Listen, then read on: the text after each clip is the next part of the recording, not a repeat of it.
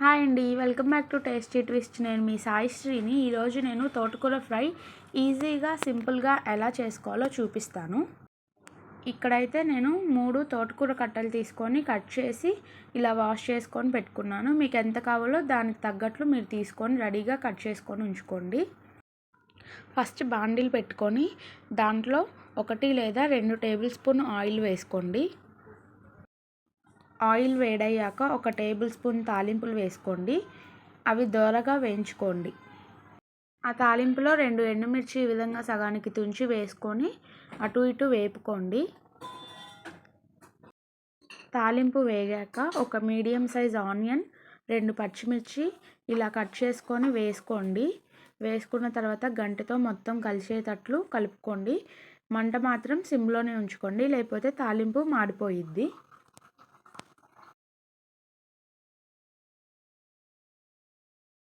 ఒక 2 నిమిషాల తర్వాత ఆనియన్స్ ఇలా రంగు మారుతాయి. అప్పుడు మీరు ఇందులోకి 1 టేబుల్ స్పూన్ పసుపు వేసుకోవాలి. పసుపు వేసుకున్న తర్వాత ఆ పసుపు అంతా కలుపుకోవాలి ఆయిల్లో మంచిగా.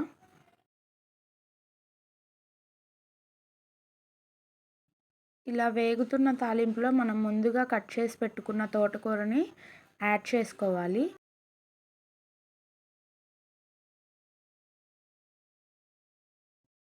తోటకూర యాడ్ చేశాక గంటెతో తోటకూరని ఆయిల్లో అంతా కలిసేలాగా తిప్పుకోవాలి బాగా. ఆయిల్ అంతా తోటకూరకు పట్టాలన్నమాట. అలా ఒక 2 నిమిషాలు గ్యాస్ సిమ్లో పెట్టుకొని తిప్పుకోండి. తర్వాత మనం మూత పెట్టుకొని 3-4 నిమిషాలు మగ్గించుకోవాలి.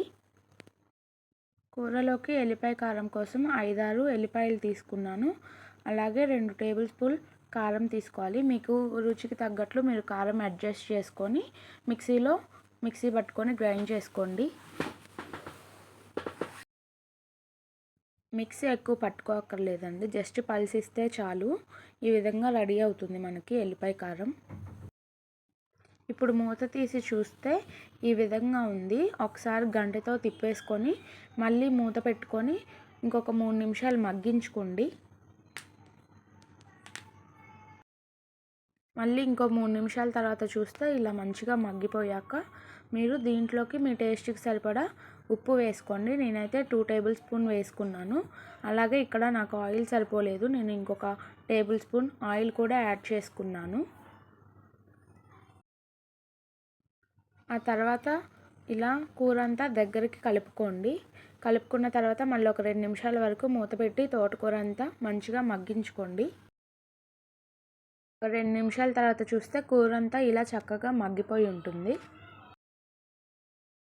ఇప్పుడు మనం ముందుగా రెడీ చేసుకున్న ఎల్లిపాయ కారంని కూరలోకి వేసేసుకోండి. ఎల్లిపాయ కారం వేసుకున్నాక ఒక 2 నిమిషాల వరకు బాగా కలుపుకోవాలి, లేకపోతే కారం మంచిగా ఉడకకుండా పచ్చి పచ్చిగా ఉంటుంది, అలా రుచికి బాగోదు. బాగా కలుపుకున్న తర్వాత మూత పెట్టి ఇంకొక 2 నిమిషాలు ఉంచుకోవాలి.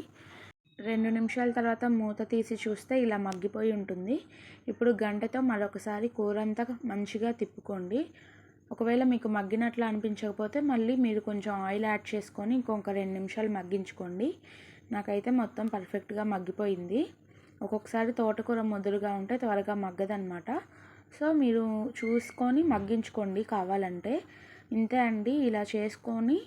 కానీ ఈ కూర అంతా మాత్రం మనం సిమ్లోనే పెట్టుకొని చేసుకోవాలి, లేకపోతే ఆకుకూర వెంటనే అడుగంటిపోతుంది.